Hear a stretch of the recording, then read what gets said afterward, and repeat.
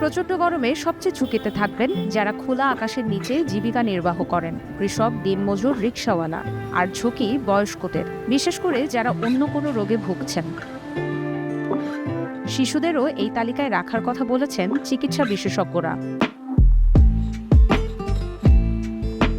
বিশেষজ্ঞরা বলছেন, প্রচণ্ড গরমের প্রভাবে শিশুর শরীরের তাপমাত্রাও বাড়ে। শরীরের ভেতরের যে তাপমাত্রা, যাকে বলে অন্তর্নিহিত তাপমাত্রা বা কোর টেম্পারেচার, এই সময় তা বেড়ে যায়। এই হিট এক্সর্শনের পর্যায়ে যদি আমরা ধরতে না পারি, তবে এর পরের স্তরটি হলো হিট স্ট্রোক। শিশুর ক্ষেত্রে এটি নিঃসন্দেহে খারাপ। অন্তর্নিহিত তাপমাত্রা যখন আরও বেড়ে যায়, তখন এর নেতিবাচক প্রভাব লিভার, কিডনি, ফুসফুসে পড়ে। এসব অঙ্গের কার্যকারিতা কমে যেতে শুরু করে। কেউ কেউ অজ্ঞানও হয়ে যেতে পারে। গরমে শিশুদের জন্য আলাদা পরামর্শ দিয়েছেন শিশু স্বাস্থ্য বিশেষজ্ঞ অধ্যাপক আবিদ হোসেন মোল্লা।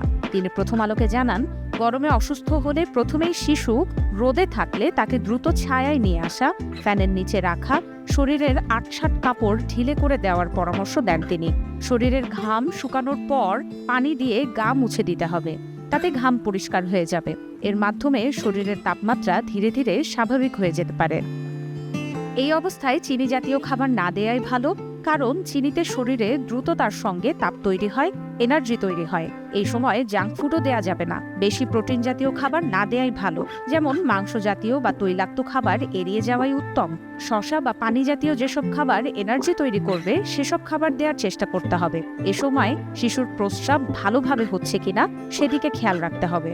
গরমে যাতে এমন জটিলতায় না পড়তে হয়, তাই শিশুদের বাইরে খেলাধুলা না করতে দেয়াই ভালো, বিশেষ করে সকাল 10টার পর থেকে বিকেল 4টা পর্যন্ত।